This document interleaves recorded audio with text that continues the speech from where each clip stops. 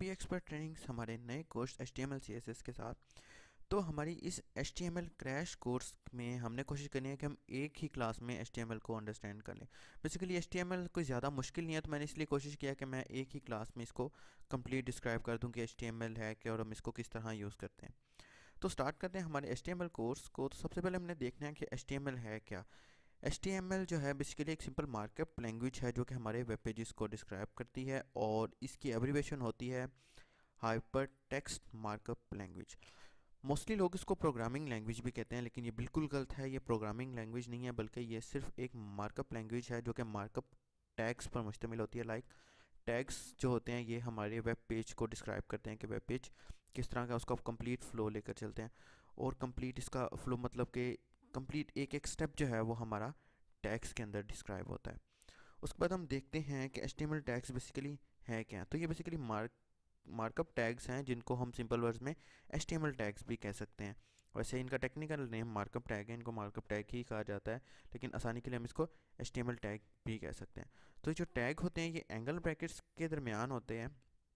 Like angle bracket के अंदर हमने अपने टैग का नाम लिखना है, और जब हम किसी भी टैग को लगाते हैं उसको फिर हमने क्लोज भी करना होता है। लाइक दिस वन आप देख रहे होंगे, ये बी का टैग है जो कि ओपन हुआ हुआ है, और ये दरमियान में क्लोज हुआ हुआ है।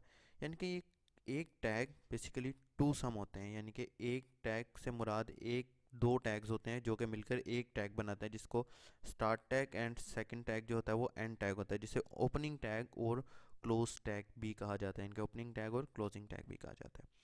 उसके बाद हम बात करने चलते हैं कि HTML डॉक्यूमेंट और वेब पेजेस क्या होता है। तो सिंपल वर्ड्स में हम ये कह सकते हैं कि जो HTML डॉक्यूमेंट है वो ही हमारे वेब पेज को डिस्क्राइब करता है। HTML डॉक्यूमेंट HTML टैग्स पर होता है, HTML टैग पर होता है और प्लेन टेक्स्ट पर होता है। यानी कि जो हमारा टेक्स्ट होता है, जो हमारा कंप्लीट डाटा होता है, उसको हमने टैग्स में लिखना होता है, जो कि एक HTML डॉक्यूमेंट होता है जिसको हम वेब पेज कह सकते हैं। ठीक है। उसके बाद अब बारी आ जाती है कि HTML टैग जो है इसका पर्पस क्या है, यानी कि इसको हमने किस तरह खोलना है और किस तरह यूज़ करना है। तो HTML जो टैग जो है हमारा वेब पेज होता है उस वो हम बेसिकली ब्राउज़र्स में खोलते हैं, हमारी वेब एप्लीकेशन को बनाने के लिए ये यूज़ होते हैं। ठीक है। तो यानी कि हम इसको किसी भी ब्राउज़र में ओपन कर सकते हैं, फायरफॉक्स में, एक्सप्लोरर में, क्रोम में, किसी भी ब्राउज़र में हम इन HTML टैग्स को ओपन कर सकते हैं। दुनिया में कोई भी वेबसाइट है वो HTML के बगैर नहीं बनी होगी। उसके बाद हम आगे चलते हैं कि HTML के एलिमेंट्स कौन से हैं। यानी कि जो एलिमेंट्स HTML के एलिमेंट्स से मुराद है वो चीज़ें जो HTML में यूज़ होती हैं उसे उसके एलिमेंट्स कहा जाता है। ठीक है। और HTML के एलिमेंट जो होते हैं वो कोई भी एलिमेंट हो वो स्टार्ट और एंड टैग के दरमियान ही होता है, यानी कि वही होता है। लाइक फॉर एग्जांपल अगर हमने पैराग्राफ लिखना है तो ये स्टार्ट टैग, ये P, एंड एलिमेंट कंटेंट यानी कि जो हमारा कंटेंट है वो एंड टैग, यानी कि ये टैग हमारा क्लोज हो रहा है। यानी कि अगर हमने पैराग्राफ लिखना है तो हम पी के टैग में लिखेंगे। एक और मैंने नीचे एग्जांपल दी है ये एंकर की। एंकर के अंदर हम अपने लिंक्स लिखते हैं। हम नेक्स्ट अभी प्रैक्टिकल भी करते हैं इसका। उसके बाद मैं आपको एक और बात बताता चलूँ कि कुछ टैग सिर्फ ओपन होते हैं, क्लोज नहीं होते। लाइक दिस वन BR, जो एक ही टैग होता है, यानी कि जो ओपन भी हो रहा है और क्लोज भी हो रहा है, उसकी जो फॉरवर्ड स्लैश होती है वो टैग के आगे होती है। हम इसका भी प्रैक्टिकल करते हैं अभी नेक्स्ट में। HTML एलिमेंट्स का सिंटेक्स क्या होता है। तो HTML एलिमेंट्स जो है वो स्टार्ट तो होता है कि एंगल ब्रैकेट्स के साथ स्टार्ट हो जाता है, ठीक है ना। और एंगल ब्रैकेट के अंदर फॉरवर्ड स्लैश जब लग जाती है तो वो एंड हो जाता है उसका।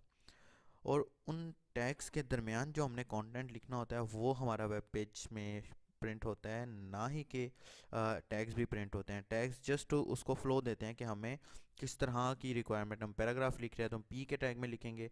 अगर हम कोई इनपुट बना रहे हैं तो हम, या कोई फॉर्म बना रहे हैं तो हम फॉर्म के टैग में फॉर्म बनाएंगे। ठीक है।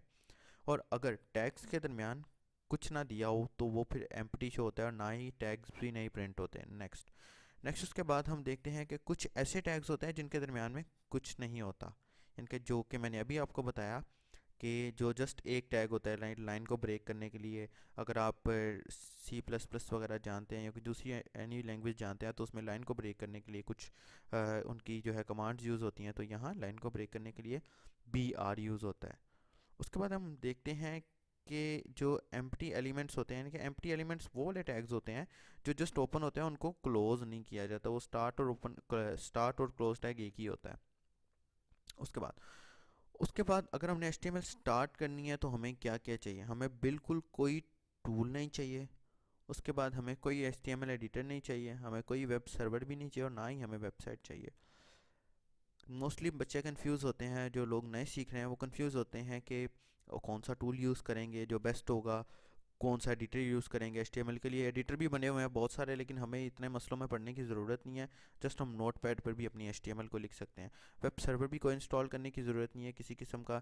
सिंपल आप अपने किसी भी पेज के अंदर या किसी भी डेस्कटॉप पे या किसी भी फोल्डर के अंदर आप अपनी HTML फाइल बना सकते हैं, और आप अपने ही कंप्यूटर में बना सकते हैं। आप किसी भी वेब होस्ट या वेबसाइट की ज़रूरत नहीं है जिसको आप उसको उसके साथ इंटीग्रेट करें, ठीक है। तो वैसे तो HTML के बहुत सारे टूल्स हैं जिसके अंदर हम लिख सकते हैं। वैसे तो सबसे पहले प्रैक्टिस के तौर पर आप नोटपैड पर लिखें, ठीक है। उसके बाद हमारे कुछ टूल्स हैं, कुछ कंपाइलर्स हैं जिनके ऊपर हम आसानी से HTML लिख सकते हैं। ये ड्रीमवीवर है, लेकिन मैं इसको सजेस्ट नहीं करता। ये बहुत ज़्यादा लोड लेता है सिस्टम पे, और एवं ही इसमें जो है ना हमें कुछ पता नहीं होता। लाइक हमें फिर आदत हो जाती है ऑटो फिल की, तो मैं आपको इसको सजेस्ट नहीं करता। तो सबसे बेस्ट है सबलाइम टेक्स्ट। तो हम सबलाइम टेक्स्ट भी देखेंगे कि उसको किस तरह लेकर चलना है। तो नेक्स्ट हम बारी आ जाती है कि HTML को हम प्लेन एडिटर में भी सिंपल पे लिख सकते हैं, जैसे ये नोटपैड है। अभी हम इसका प्रैक्टिकल भी करेंगे।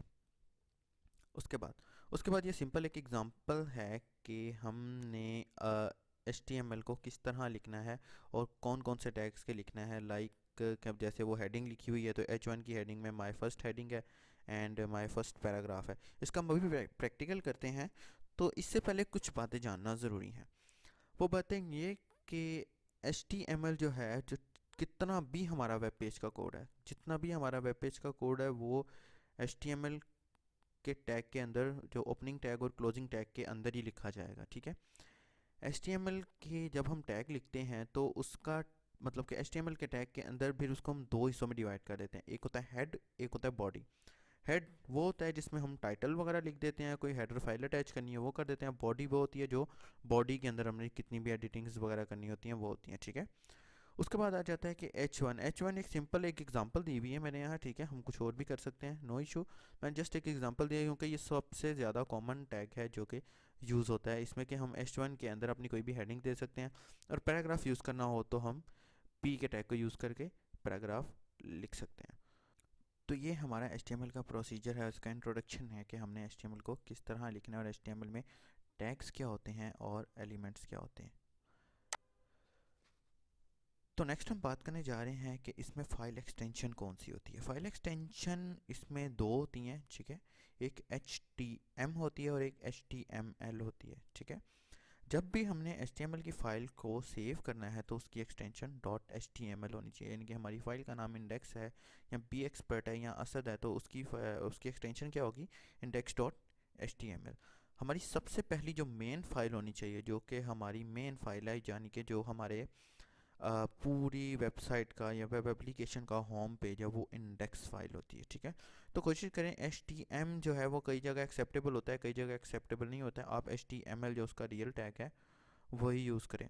उसको यूज़ करने के बाद इस तरह हम सेव करते हैं, लाइक Ctrl+S। देन हम इस तरह इसको सेव कर लेते हैं।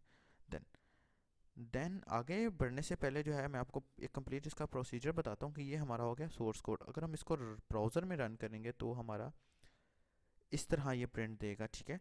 जो बेसिकली इसके अंदर एक टैग होता है हेडिंग का टैग, ठीक है। वो इस वक्त मैं बेसिक समझा रहा हूँ, जिस वजह से मैंने इसको यहाँ यूज़ नहीं किया। तो इस वजह से मैं अभी आपको इसमें यूज़ करके दिखाता हूँ डायरेक्टली। तो हम यहाँ एक सबसे पहले एक फ़ोल्डर बनाते हैं ताकि हमारा ये कंप्लीट कोर्स इसी फाइल के अंदर है, इसी फोल्डर के अंदर है, ठीक है। तो यहाँ मैं प्रैक्टिस का एक फ़ोल्डर बना लेता हूँ, ठीक है। और प्रैक्टिस के फोल्डर बनाने के बाद मैं यहाँ नोटपैड की एक फ़ाइल खोलता हूँ। नोटपैड की फ़ाइल खोलता हूँ तो इसमें मैंने आपको बताया था कि HTML का टैग जो है, कंप्लीट वेब पेज बनाने से पहले हम HTML टैग लगाते हैं और उसको क्लोज करते हैं। ये हो गया HTML का ओपनिंग टैग और ये हो गया क्लोज टैग। अब कंप्लीट वेबसाइट का जितना कोड है वो इसमें आएगा। वैसे तो मोस्टली लोग इस तरह लिख देते हैं इसको, ठीक है ना, और ये अनसीक्वेंस्ड होता है जो कि नहीं होना चाहिए। HTML के टैग के अंदर ये बॉडी का टैग आ गया, ठीक है। बॉडी के टैग के अंदर यहाँ मैं इसकी मैं थोड़ी सी तरतीब कर लेता हूँ ताकि टैग सीक्वेंस में रहे, ठीक है। अब यहाँ मैं लिखता हूँ h1 और ये मैं इस टैग को क्लोज कर देता हूँ, ठीक है। I am heading of B expert trainings by Asad, ठीक है।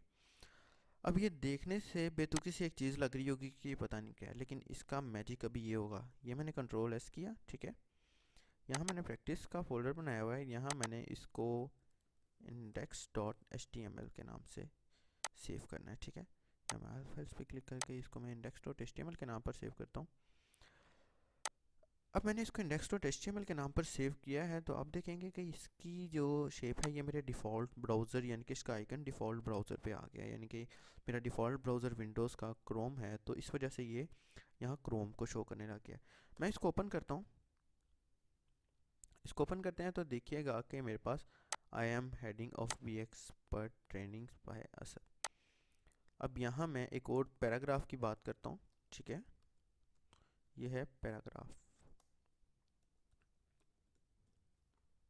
और मैं इसे आई एम पैराग्राफ, ठीक है। मैं इसको रिफ्रेश करता हूँ, कंट्रोल एस से मैंने इसको सेव किया, कंफ्यूज ना हो जाइएगा। मैंने इसको रिफ्रेश किया तो आई एम पैराग्राफ आ गया। अब इसी तरह हम इसको स्टेप टू स्टेप आगे लेकर चलते हैं।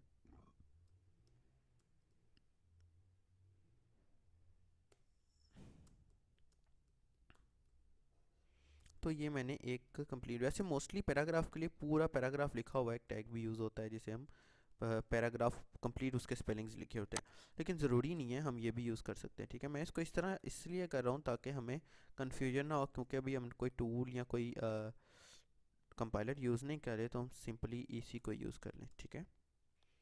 तो इसको मैंने किया सेव। अब देखते हैं हमारा पैराग्राफ बड़ा होगा, ठीक हो गया। तो ये है। उसके बाद मैं आपको एक और टैग बताता चलूँ। जब हमने HTML लिखनी होती है तो हमारी जो HTML फाइल है वो दो चीज़ों में डिवाइड हो जाती है। एक कहते हैं हेड को, एक होती है बॉडी, ठीक है। अब बॉडी के अंदर भी पार्ट्स डिवाइड होते हैं, लेकिन हमने इस तरह करना है। अब आप देख रहे होंगे कि सबसे ऊपर कुछ भी नहीं है, भी index.html शो हो रहा है। ये देखिए मैं यहाँ लिखता हूँ टाइटल, टाइटल प्रैक्टिस फाइल। ये देखिए ये स्टैटिक शो हो रहा है, इसका मतलब है ये फाइल अभी सेव नहीं हुई है। मैंने कंट्रोल एस किया, ये फाइल सेव हो गई है। ये मैंने रिफ्रेश किया तो ये प्रैक्टिस फाइल का टाइटल आ गया। इसी तरह यहाँ हम आइकन भी शो करते हैं, लेकिन वो नेक्स्ट स्टेप है। तो चलते हैं हम अपनी प्रेजेंटेशन की तरफ।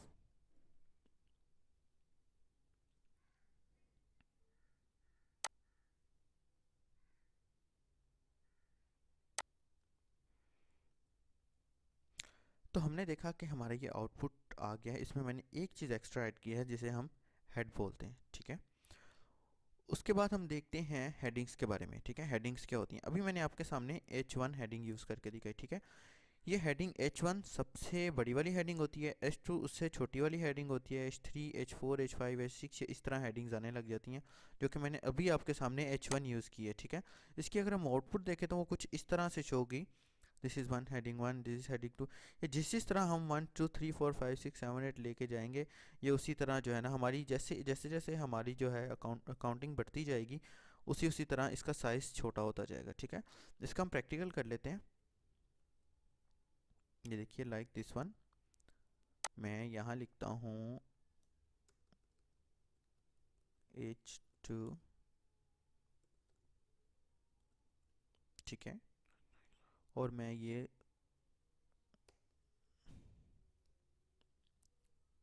और यहाँ मैं फिर से लिखता हूँ H3।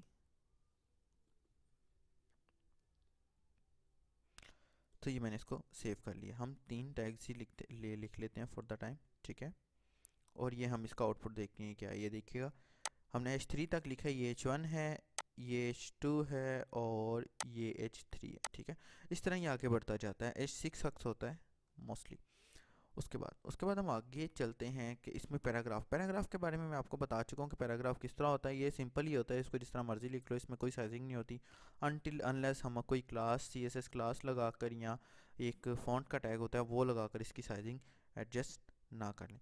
अब बारी आ जाती है लिंक्स की। आपने देखा होगा जो हमारी पेजेस पर लिंक्स होते हैं कि हम उसको किस तरह एक पेज को दूसरे पेज के साथ लिंक करते हैं, उसको हम एंकर बोलते हैं। एंकर के थ्रू हम अपने पेज को लिंक कर लेते हैं दूसरे पेज से।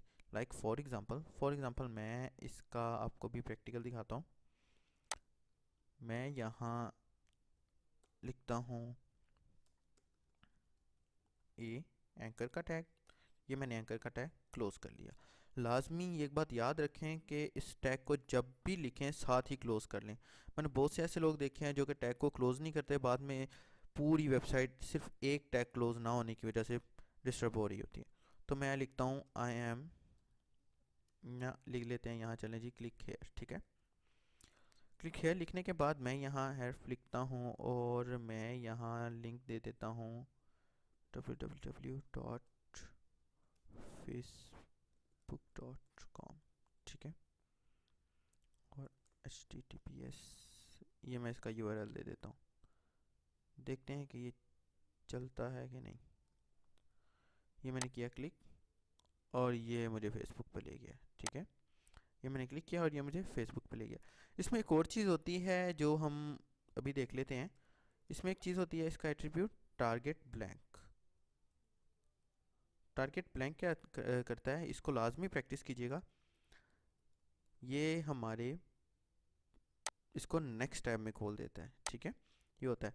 एट्रीब्यूट्स क्या होते हैं हमने नेक्स्ट अभी पढ़ना है। इससे पहले मैं आपको जस्ट ये लिंक क्लियर करवाया था कि हमने लिंक अपने एक पेज को दूसरे पेज के साथ अटैच किस तरह करना है, हमने लिंक किस तरह बनाने। सो सो नेक्स्ट हम चलते हैं कि HTML में इमेजेस किस तरह शो होती हैं। ठीक है, तो इमेजेस को शो करने के लिए हम इमेज टैग यूज़ करते हैं। मैंने आपको पहले बताया था कि इसमें कुछ ऐसे टैग्स भी होते हैं जिन्हें हम एम्प्टी टैग्स भी कह सकते हैं, या एक टैग वो टैग्स होते हैं जो क्लोज नहीं होते। ठीक है, वो जस्ट एक ही दफ़ा ओपन हो जाते हैं और उसी के अंदर हम सारा कंप्लीट कर लेते हैं, जिसमें एक इमेज का टैग भी है। तो आपके सामने ये एक एग्जांपल है जिसमें मैंने इमेज, उसके अंदर सोर्स और उसी टैग को वहीं छोड़ दिया हुआ है, और यहाँ ब्राउज़र में इमेज हमारी आ रही है। सोर्स से मुराद वो इमेज का लिंक या उस इमेज की लोकेशन है जो हमने यूज़ करनी। तो हम चलते हैं अपने इस की तरफ। हमारे पास यहाँ एक इमेज होनी चाहिए। ज़रूरी नहीं है इमेज कहीं भी पड़ी होनी चाहिए, हम बस उसको प्रोवाइड कर सकते हैं, लेकिन हम इस वक्त प्रैक्टिस कर रहे हैं तो हमारी हर चीज़ प्रैक्टिस फोल्डर में ही मौजूद होनी चाहिए। ठीक है, तो यहाँ मैं इसको नेम दे देता हूँ इमेज का। ठीक है, उसके बाद ये देखिए ये PNG फॉर्मेट है। तो मैं यहाँ पर, हमारा नोटपैड कहाँ गया, ये हमारा नोटपैड, तो यहाँ मैं इसको लिखता हूँ इमेज का टैग। ठीक है, इमेज का टैग हम इस तरह भी बंद कर सकते हैं और इस तरह भी बंद कर सकते हैं, कोई मसला नहीं है। इसको इस तरह ही रहने दो, चल जाएगा, कोई एरर नहीं देगा। ये एक एरर फ्री लैंग्वेज है, तो इस वजह से आपको ये किसी किस्म का कोई एरर नहीं देगा। Image dot P N G हमारी एक्सटेंशन थी, तो ये किया।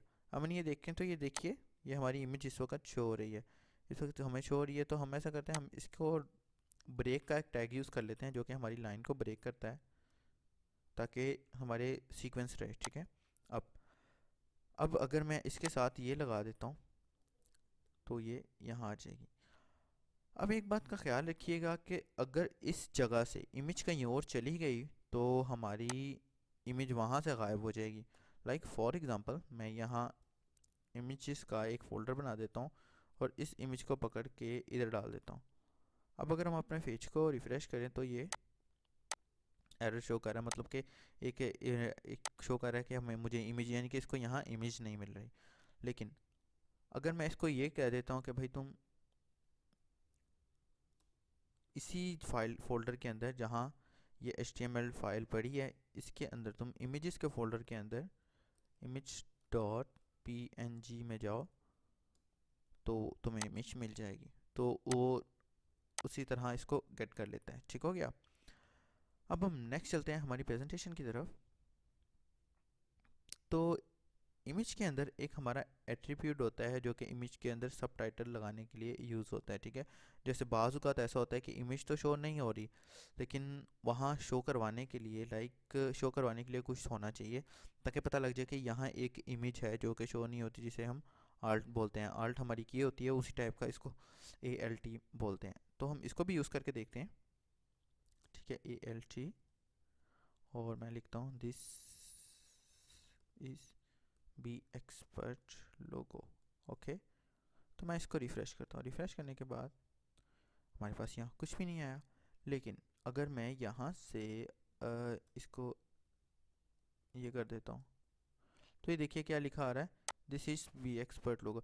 तो ये एहतियातन होता है कि अगर for the time image load नहीं हुई या बैकअप फाइल से, जहाँ जिस फोल्डर में इमेजेस पड़ी हुई हैं वो इमेज वहाँ से फॉर द टाइम लोड नहीं हो रही, तो उसकी जगह उसको एहतियातन लिख दिया जाता है कि यहाँ ये है। तो हमें पता लग गया कि इसके अंदर एक आल्ट का एट्रीब्यूट भी है।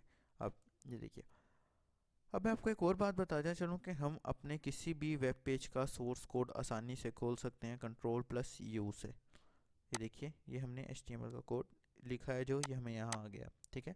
HTML CSS जावास्क्रिप्ट का कोड हम किसी भी वेबसाइट का आसानी से खोल के देख सकते हैं। लेकिन मैं यूट्यूब जाता हूँ, यूट्यूब पर जाके मैं यहाँ Ctrl+U करूँगा तो ये मुझे सोर्स कोड शो हो जाएगा यूट्यूब का भी, ठीक है। इसके अंदर हम एडिट वगैरह तो कुछ नहीं कर सकते, और अगर हम करेंगे भी तो ये हमारे तक ही रहेगा, किसी दूसरे तक नहीं जाएगा, ठीक है। तो इस चीज़ का ख्याल रखिए। उसके बाद हम चलते हैं कि हमने आगे एक और तरीका होता है सोर्स कोड खोलने का, जिसको हम राइट क्लिक करके इंस्पेक्ट एलिमेंट पे खोलते हैं, ठीक है। इंस्पेक्ट एलिमेंट पे जाएंगे तो यहाँ से भी हमारा सोर्स कोड खुल जाता है, जिसको हम यहाँ से आसानी से लिख सकते हैं। मैं यहाँ एडिट करके इसके अंदर मैं कुछ भी लिख दूंगा तो ये यहाँ आ जाएगा, लेकिन जब मैं इसको रिफ़्रेश करूँगा तो ये वापस वही, ये टेम्पोरेरी चेंज होता है, ठीक है। ये वापस उसको वही ले आएगा जो हमारी ओरिजिनल फाइल के अंदर मौजूद है। तो नेक्स्ट चलते हैं प्रेजेंटेशन की तरफ। अब बारी आ जाती है स्टाइल टैग की। तो आपने देखा होगा कि ब्राउज़र्स के अंदर पैराग्राफ वगैरह लिखे होते हैं, उनके अंदर कोई भी चीज़ हम लिख रहे हैं उसके अंदर हम आसानी से अपनी चीज़ का कलर चेंज कर सकते हैं, उसका फाइल बढ़ा सकते हैं, उस साइज़ को बढ़ा सकते हैं, और मज़ीद उसमें जो भी हमने मॉडिफिकेशंस करनी हो वो कर सकते हैं। तो इसे हम स्टाइल टैग कहते हैं। स्टाइल टैग से मुराद है, हम इसको भी देख लेते हैं। ये देखिए, ये मैंने इसमें सिंटेक्स दिया हुआ है टैग का नाम, यानी कि कोई भी टैग हो उसके साथ हमने स्टाइल लगाना है। फॉर एग्ज़ाम्पल मैं यहाँ आता हूँ, मैं H1 के ऊपर जाता हूँ, मैं लिख देता हूँ स्टाइल, ठीक है।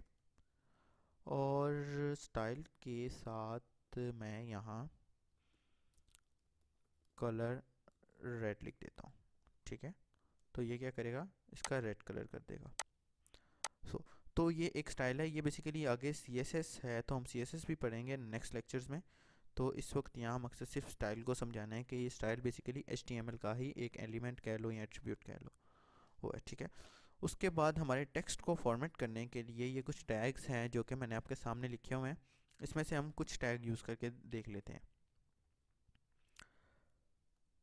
तो ये फॉर एग्ज़ाम्पल मैं बी का टैग यूज़ करता हूँ जो कि बोल्ड कर देता है हमारी चीज़ को, और मैं अपने पैराग्राफ को बोल्ड करना चाहता हूँ तो मैं यहाँ से इसको क्लोज़ करूँगा टैग को,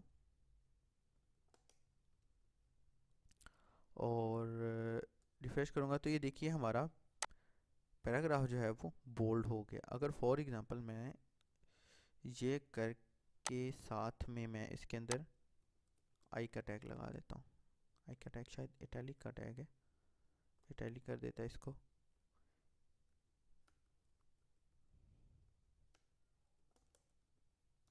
सॉरी, ये हो गया। तो ये देखिए, तो ये इसने पैराग्राफ को इटैलिक फॉर्म में लिया है, ठीक है। तो इस तरह के कुछ टैग्स हैं, आपको इस प्रेजेंटेशन में भी मिल जाएगी। इस प्रेजेंटेशन का लिंक आपको डिस्क्रिप्शन में मिल जाएगा, और अगर आपको इसको देखना है तो आप इंटरनेट पर भी सर्च करें, W3 स्कूल्स जैसी वेबसाइट है, PHP लर्नर्स से भी आपको इसकी कंप्लीट डॉक्यूमेंटेशन मिल जाएगी। अब हर लैंग्वेज में कमेंट्स होते हैं जो कि बताते हैं कि कौन सी चीज़ कहाँ से शुरू हो रही है और कहाँ ख़त्म हो रही है, और कंप्लीट जो है उसके बारे में डिस्कशंस उसी कमेंट्स के अंदर होती है, और इंस्ट्रक्शंस दी होती हैं ताकि कोई और भी उस फाइल को खोले तो उसको समझ आ जाए कि कौन सी लाइन पर क्या चल रहा है। वो कमेंट्स हमारे मेन आउटपुट में तो प्रिंट नहीं होते, लेकिन वो हमारी फ़ाइल में लिखे होते हैं हर लैंग्वेज की तरह। तो फॉर एग्ज़ाम्पल मैं इन कमेंट्स को यहाँ यूज़ करता हूँ, तो मैं यहाँ फॉर एग्ज़ाम्पल लिखता हूँ कि इस कमेंट की जो एंगल ब्रैकेट्स होती हैं, इस तरह हम एंगल ब्रैकेट लगाते हैं, उसके अंदर ये हाइफन्स, ठीक है, 3 हाइफन्स लगानी है हमने, और 2 लगानी है सॉरी, और आई एम कमेंट, और इसको हमने क्लोज कर देना है इस तरह, ठीक है। अब हम आते हैं इसकी आउटपुट लेते हैं। ये देखो हमें तो कुछ भी शो नहीं हुआ, लेकिन यहाँ से ये पता लग गया कि यहाँ कमेंट है। लाइक फॉर एग्जांपल ये कमेंट किस तरह यूज़ होते हैं, क्यों यूज़ होते हैं, हेयर इज़ हेडिंग्स, एंड हम इसको एज अ प्रोफेशनल लिखते हैं कि प्रोफेशनली किस तरह लोग लिखते हैं इन कमेंट्स को, ठीक है।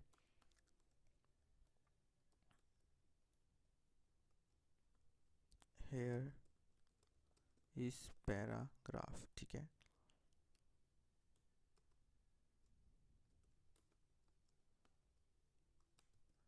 Here is link, and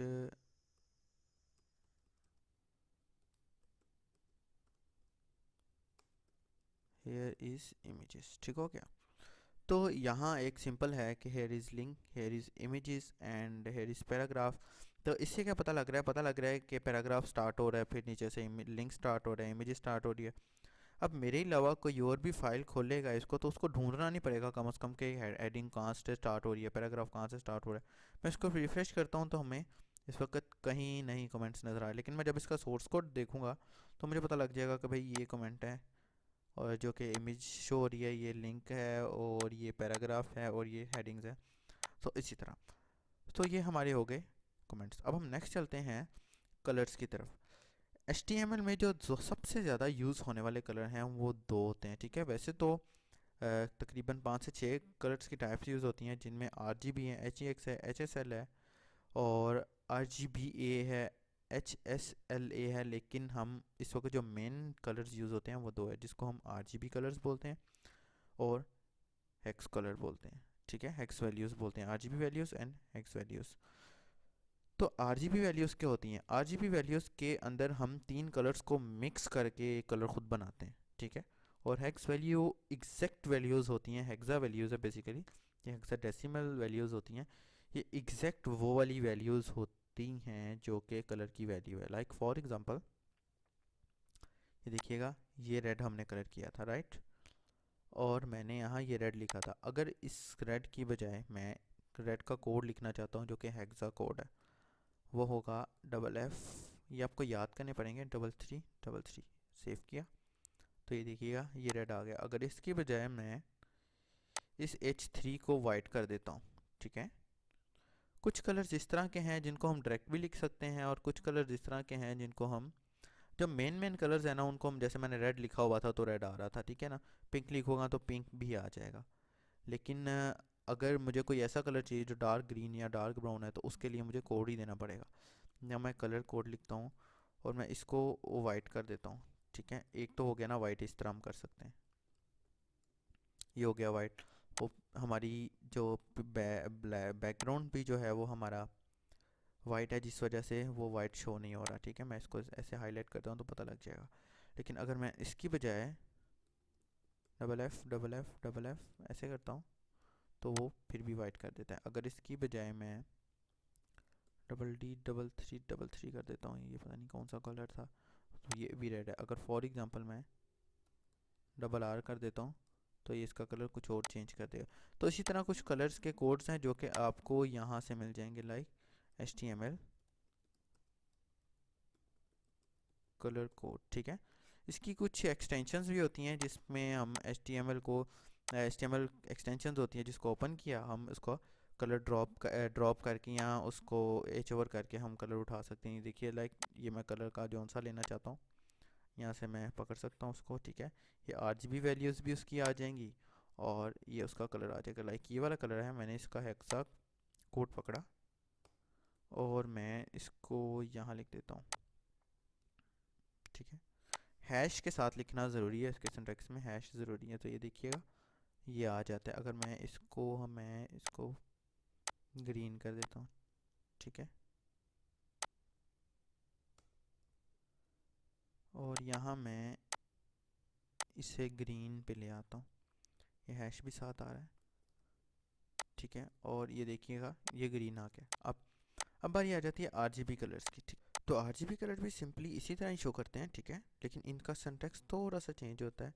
like ये है कलर, अगर मैं यहाँ इसको हटा के लिखता हूँ यहाँ आरजीबी, और यहाँ स्मॉल ब्रैकेट्स हैं, और मैं इसके अंदर पेस्ट कर देता हूँ इसके कलर का कोड, और मैं यहाँ से इसको रिफ़्रेश करता हूँ, तो ये देखिए चेंज नहीं हुआ। हम इसकी तसल्ली के लिए ऐसा करते हैं, हम इसको ब्लू पे ले जाते हैं। ब्लू पे लेके जाके मैं दोबारा से इसको पकड़ता हूँ कॉपी। इसमें हमें हैश की ज़रूरत नहीं होती, इसका स्पेशली अपना सिंटैक्स है, ठीक है।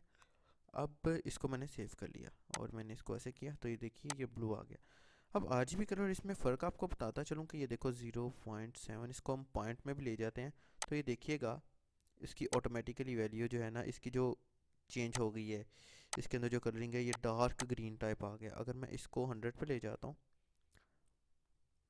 तो यानी कि 3 कलर्स को मिला के एक कलर जो बनता है ये वो है, ठीक है ना। तो ये ब्लैक आ गया। तो सिंपली है कि आरजीबी कलर्स, अब मुझे लगता है कि आपको अब एचटीएमएल के हेक्सा डेसिमल वाले जो कलर्स होते हैं वो आरजीबी कलर्स में फ़र्क नज़र आ गया होगा। इसमें हेक्स वैल्यू होती हैं और आरजीबी वैल्यूज़ होती हैं। उसके बाद हम आ जाते हैं टेबल की तरफ। आपने देखा होगा कि कई वेबसाइट्स में टेबल्स बने हुए हैं। पहले पहले जो पुरानी पुरानी वेबसाइट्स होती थी वो टेबल बेस्ड होती थी।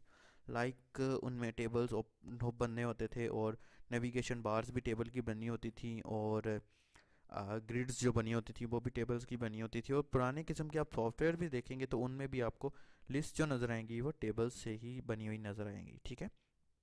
तो हम सबसे पहले देख लेते हैं कि टेबल होता क्या है और टेबल को हम एचटीएमएल में किस तरह यूज़ करते हैं। टेबल एक सिंपल टेबल होता है जिसके बारे में आपको भी पता है, ठीक है। और एक और बात अगर हम देखते हैं तो टेबल्स रोज और कॉलम्स पर डिपेंड करता है, ठीक है ना।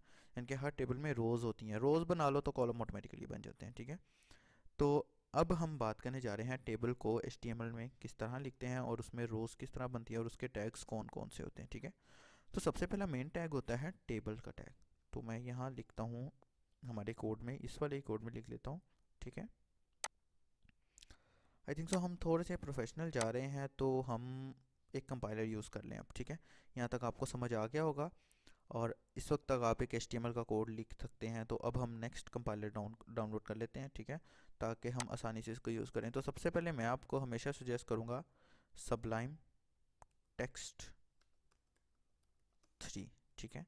ये आपको यहाँ से मिलेगा। सबलाइम टेक्स्ट 3 है, शायद जब आप ये वीडियो देख रहे हो 4 भी आ चुका हो, तो आप यहाँ से अपनी वर्जन के हिसाब से, विंडोज़ के हिसाब से इसको डाउनलोड करके सिंपल 1 क्लिक पर इसको इंस्टॉल कर सकते हैं। तो मैंने ये ऑलरेडी इंस्टॉल किया हुआ है, तो मैं इसको ओपन करता हूँ। सबलाइम टेक्स्ट 3 ये बेस्ट टूल है हर लिहाज से इसके अंदर बहुत सारी ऐसी फैसिलिटीज़ दी हुई हैं जो कि हमारे लिए बड़ी आसानियाँ पैदा कर देती हैं, ठीक है। तो अभी हम इसको देखते हैं कि किस तरह, ये ऑलरेडी एक फ़ाइल खुली हुई है। तो यहाँ से हमने, जब आपके सामने ये सबलाइम टेक्स्ट आएगा तो यहाँ कुछ भी नहीं होगा, यहाँ से हमने ओपन करना है, और हम इसके ऊपर, ये बहुत ज़्यादा लाइट वेट है और आसानी से हम इसको किस तरह भी यूज़ कर सकते हैं।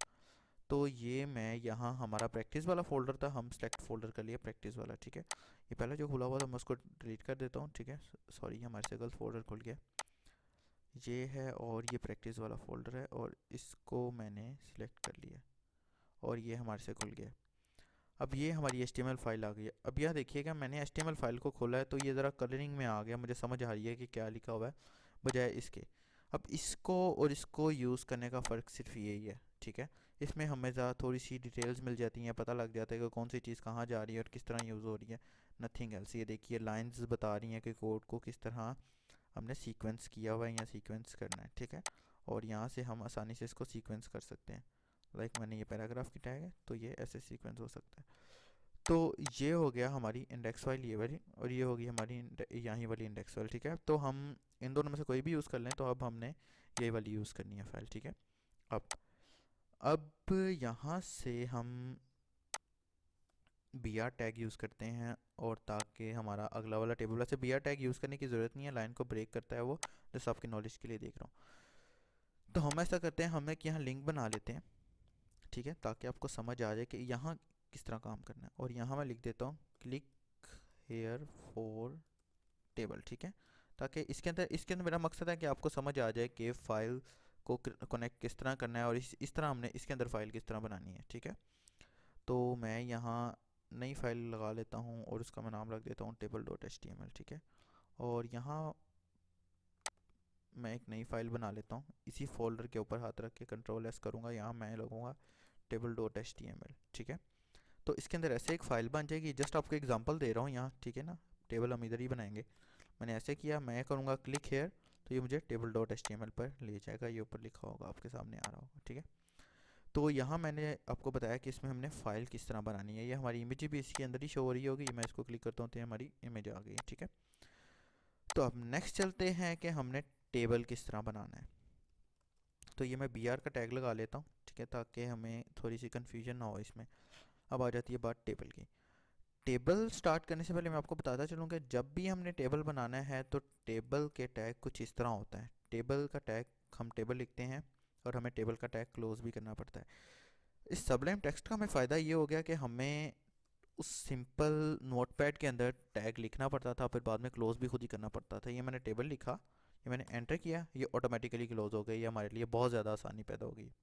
अब टेबल के अंदर मैंने आपको बताया था कि आपको भी पता होगा, हर टेबल के अंदर एक रोज़ होती हैं। रो वाइज हम जब एक लाइन बनाई हो, टेबल्स बने हो, तो वो उसमें रोज़ होती हैं, जैसे कि आप एक्सेल फाइल में देखते हैं।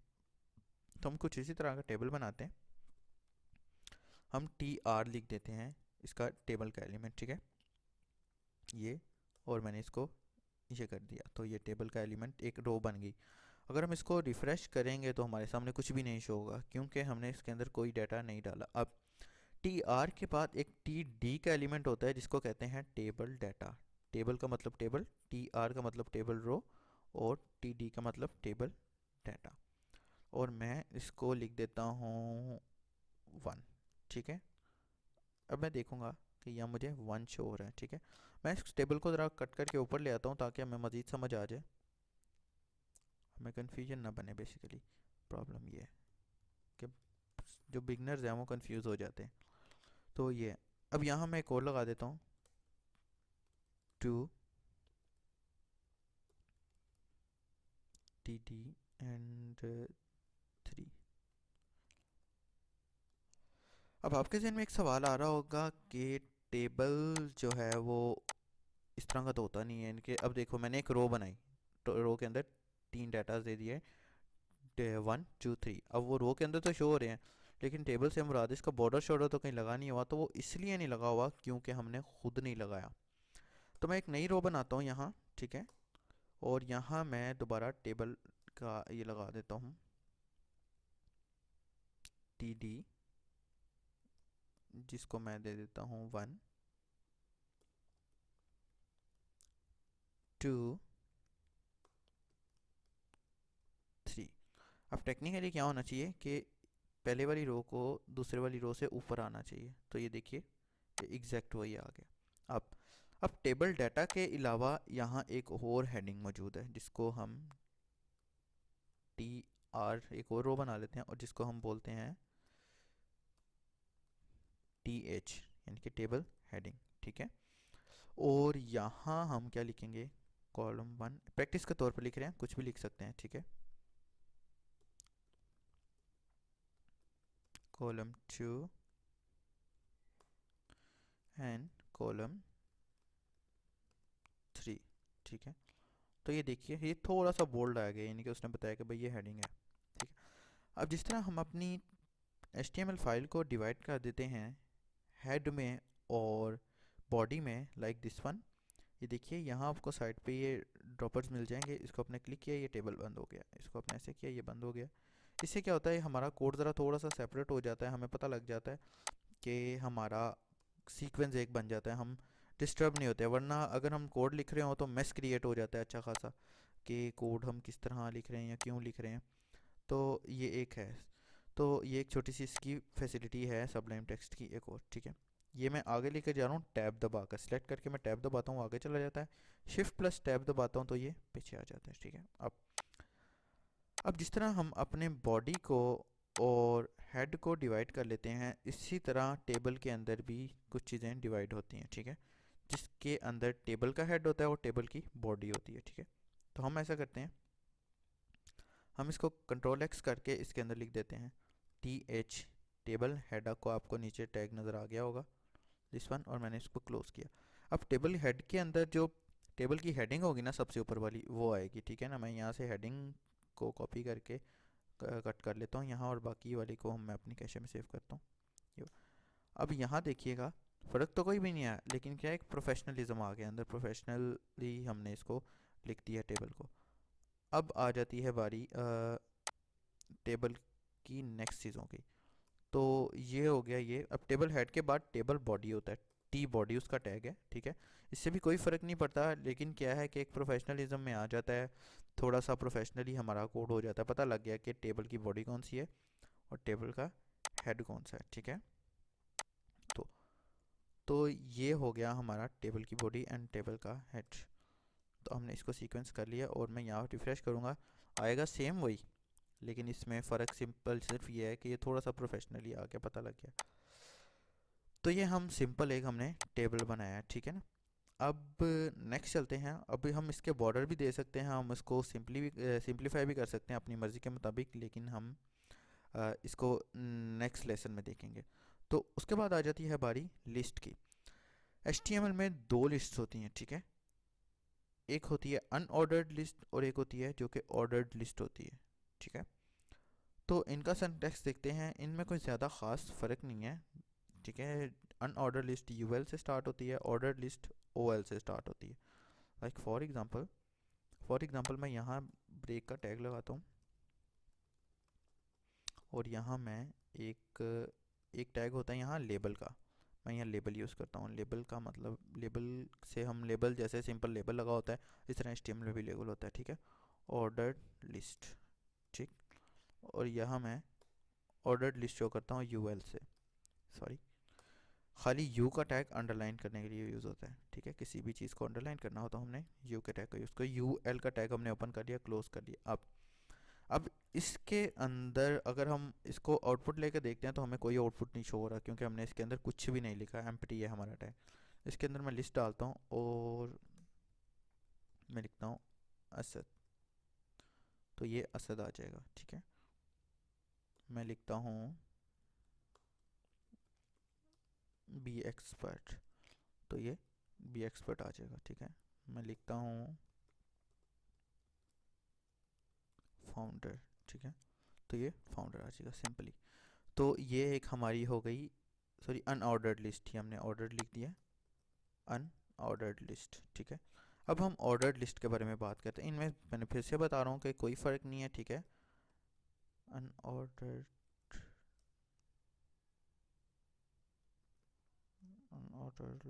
ऑर्डर्ड लिस्ट, ठीक हो गया। और यहाँ मैं लिखता हूँ ओ एल, और ओ एल के बाद मैं यहाँ लिखता हूँ, ठीक हो गया, 1 3 2,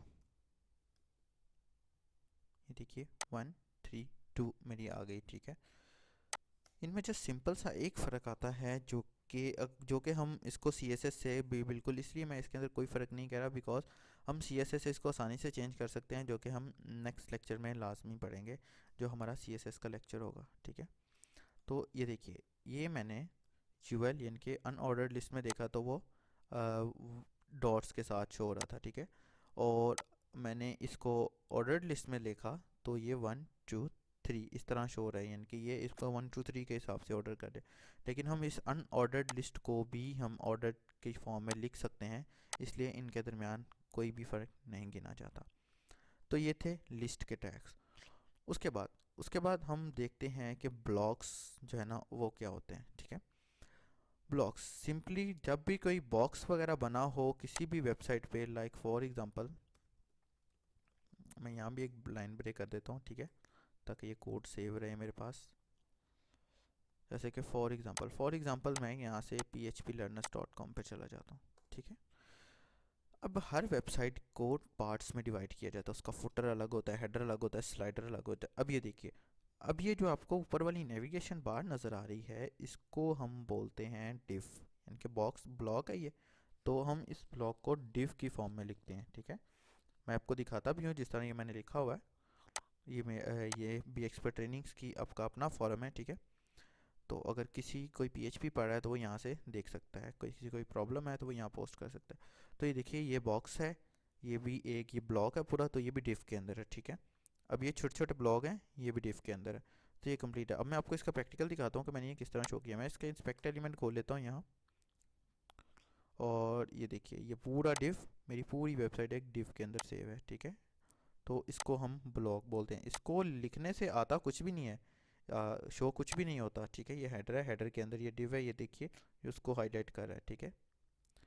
और ये सेक्शन है, सेक्शन के अंदर div है, ये देखिए ये उसको हाईलाइट कर रहा है। इससे लिखने से आता कुछ भी नहीं है, लेकिन क्या है, एक पूरा बॉक्स जो है ना हाईलाइट हो जाता है कि हमारे पास ये है। जैसे फॉर एग्जांपल मैं यहाँ लिखता हूँ div, ठीक है। ये मैं लिखा, हुआ तो कुछ भी नहीं, कोई आउटपुट नहीं आया, लेकिन div के ऊपर जगह बन गई। अब फॉर एग्जांपल मैं यहाँ से लिखता हूँ, मैं इसको स्टाइल दे लेता हूँ, ठीक है। स्टाइल जो हमने पहले पढ़ा है हम उसी को लेकर चलते हैं, ठीक है। इसका मैं बैकग्राउंड कलर रख देता हूँ रेड, ठीक। अब मैं दोबारा इसको रिफ्रेश करूँगा, यहाँ कुछ भी नहीं आएगा, क्योंकि div यहाँ इस वक्त अनलिमिटेड div है।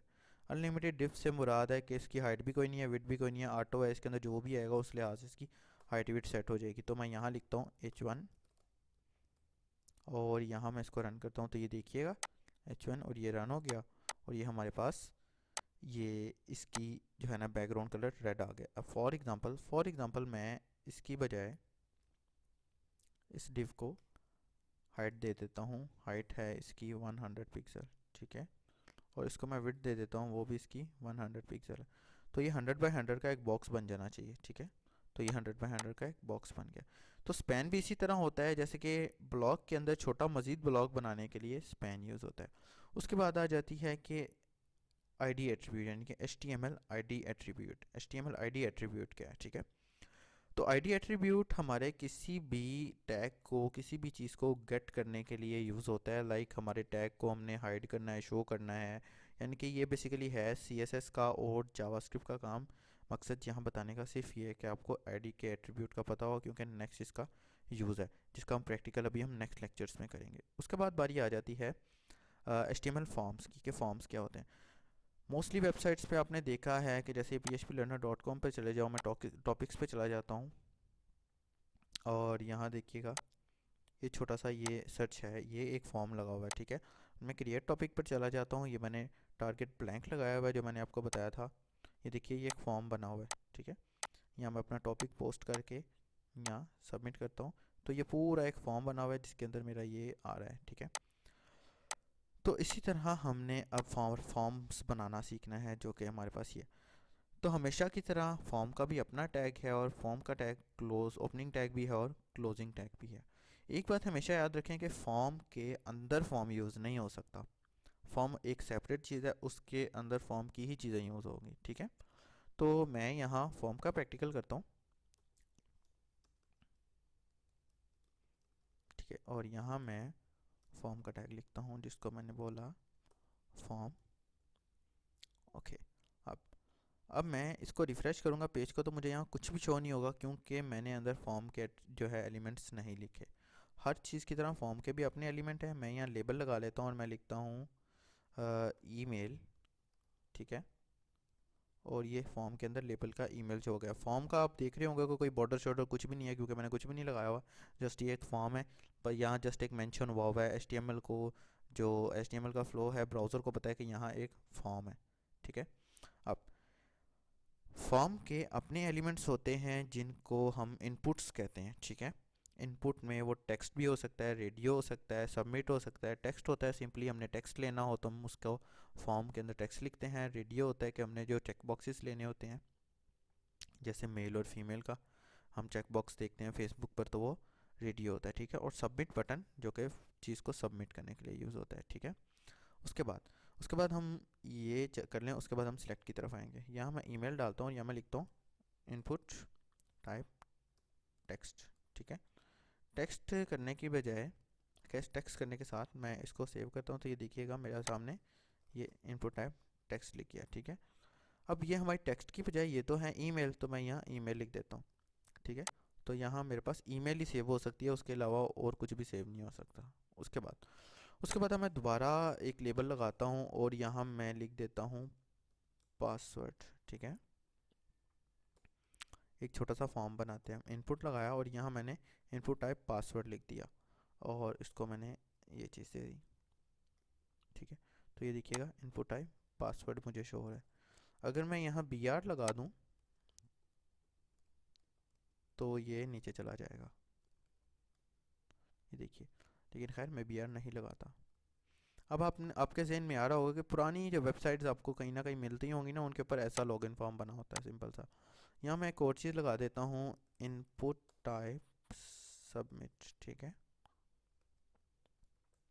और अब देखिएगा कि ईमेल, पासवर्ड एंड ये सबमिट का बटन है। इसके साथ अगर हम एक और चीज़ देखते चलें तो आपको अंदाज़ा हो जाएगा कि यहाँ मैंने चेक बॉक्स की बात की थी, अभी रेडियो की बात की थी, तो ये मेल सॉरी जेंडर लाना था, जेंडर जेंडर। ठीक है, और यहाँ मैं लिखता हूँ इनपुट टाइप रेडियो। अब हम एक नेम के बारे में जिक्र हो रहा है। ठीक है, हर इनपुट का एक नेम होता है जिसको हम स्पेशल नेम देते हैं, जो कि रिपीटेबल नहीं होना चाहिए और ये ना ही रिजर्व वर्ड होना चाहिए। तो मैं यहाँ ईमेल देता हूँ और इसको मैं पासवर्ड कर देता हूँ। ठीक है, रिजर्व वर्ड से मुराद है वो वाले टैग्स के नेम्स या कोई ऐसी फंक्शंस के नेम जो जावास्क्रिप्ट अगर हम यूज़ करें तो उन फंक्शंस के नेम नहीं होने चाहिए। और यहाँ मैं लिखता हूँ जेंडर। ठीक है, और जेंडर दो होते हैं। ठीक है, मेल एंड फीमेल होते तो और भी हैं, लेकिन हम सिंपली मेल एंड फीमेल पे जाते हैं। ठीक है, और यहाँ हम फीमेल। ठीक है, और फीमेल के साथ मैं यहाँ इनपुट देता हूँ दोबारा रेडियो एंड फिर से जेंडर का, और मैं इसको रिफ़्रेश करता हूँ तो ये देखिएगा पासवर्ड ये, जेंडर ये, this one and this one. अब अब इन दोनों का नाम सेम था। मैंने आपको बताया नाम रिपीटेबल नहीं होना चाहिए, लेकिन चेकबॉक्स में नाम सेम होना चाहिए। यानी कि अगर मैं मेल और फीमेल का चेकबॉक्स है तो इनमें से जस्ट एक ही सिलेक्टेबल होगा, ताकि आगे नेक्स्ट जो हमारा डेटाबेस में वैल्यू है वो इससे जाए। ठीक है, अब ये देखिएगा, इसको थोड़ा सा हम हाईलाइट कर देते हैं लेबल के साथ। मैं इसको अगर बी लगा दूँ तो ये हम इसको बोल्ड भी कर सकते हैं, तो ये एक सिंपल छोटा सा फॉर्म बन जाता है। ठीक है, this one and this one, ये हो गया। और अगर मैं इसके साथ सेमी कॉलन लगा दूं तो ये उसको सेपरेट कर देगा। इसी तरह मैं पासवर्ड के साथ अगर कुछ लगा देता हूँ तो उसको सेपरेट कर देगा। ठीक है, अब अब इसके साथ कुछ ऑप्शंस भी होती हैं, लाइक फॉर एग्ज़ाम्पल मैं यहाँ एक नया एलिमेंट है जिसको अभी हम नया एलिमेंट पढ़ने जा रहे हैं, जिसको हम सिलेक्ट बोलते हैं। सिलेक्ट के नाम से पता लग रहा होगा कि हमने इसमें वैल्यूज़ को सिलेक्ट करना है, कि हमने कौन सी चीज़ या कौन सी क्या करना है। ठीक है, लाइक फॉर एग्जांपल मैं यहाँ सिलेक्ट कर लेता हूँ, रख लेता हूँ, लेबल लगाता हूँ मेल फीमेल वटेवर। इसमें कोई ऑप्शन होनी चाहिए, लाइक इसके अंदर एक और हम जेंडर की ऑप्शन रख लेते हैं। ठीक है ना, लोग मोस्टली की वेबसाइट्स पे जेंडर इस तरह भी शो हो रहा होता है, तो हम कुछ भी रख लेते हैं इस वक्त। जो है यहाँ से, अब ये एक होती है सिलेक्ट, और सिलेक्ट के साथ हम यहाँ इसका भी नेम रखते हैं स्पेशली जो होता है। मैं यहाँ लिख देता हूँ जेंडर। ठीक है, अगर मैं ऊपर वाले की तरह ही लिख दूंगा तो कोई एरर नहीं आएगा, लेकिन जब हम बैकएंड का कोड करते हैं प्रॉब्लम तब आता है। ठीक है, मैं ऑप्शन लिख देता हूँ यहाँ मेल, फिर ऑप्शन लिखता हूँ यहाँ फीमेल।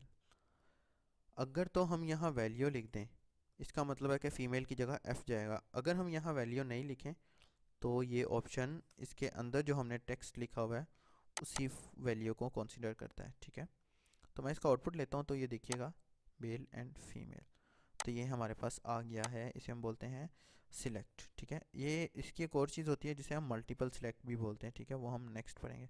तो ये आपके सामने कुछ इनपुट टैग्स हैं जिसमें इनपुट टाइप फाइल भी होती है, इनपुट टाइप हिडन है, इमेज है, कुछ भी हो सकता है, month, week, check boxes. Check box क्या होता है? चेक बॉक्स भी सेम इनपुट टाइप रेडियो की तरह होता है।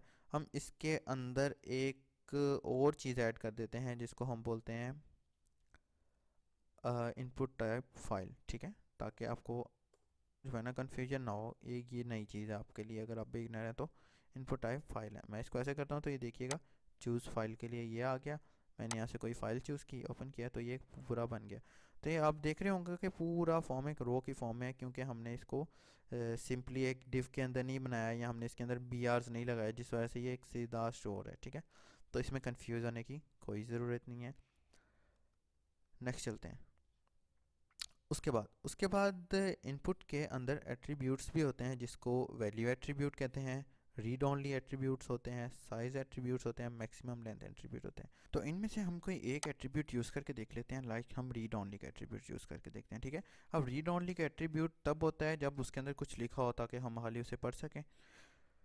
तो आपको बताता चलूँ कि इसमें हम वैल्यू भी डालते हैं, जो कि वैल्यू के एट्रीब्यूट से आएगी। ठीक है, यहाँ से मैंने वैल्यू डाली और वैल्यू मैं इसके अंदर अपना ईमेल डाल देता हूँ xcity0313@gmail.com। ठीक है, और मैं इसको ऐसे रिफ़्रेश करूँगा तो ये देखिएगा मैं इसके अंदर लिख नहीं पा रहा हूँ, लेकिन जो मैंने वैल्यू दी है वो तो इसमें लास्ट में आ रही है। ठीक है, तो कुछ एट्रीब्यूट्स इस तरह के भी हैं जो कि हम किसी किसी एलिमेंट पर, किसी किसी टैग पर यूज़ कर सकते हैं, किसी किसी पर नहीं यूज़ कर सकते। लाइक मैक्सिमम लेंथ का एट्रीब्यूट हम पासवर्ड पर यूज़ नहीं कर सकते। तो इसी तरह सिंपली आप खुद प्रैक्टिस कर लीजिएगा। ठीक है, तो उम्मीद करता हूँ कि आपको HTML का ये लेक्चर पूरा पसंद आया होगा। अगर किसी का कोई क्वेश्चन है तो पूछ लें, और मिलते हैं इंशाल्लाह नेक्स्ट CSS के कोर्स में। तब तक के लिए अपना ख्याल रखिएगा। Don't forget to subscribe. Take care always. Good bye.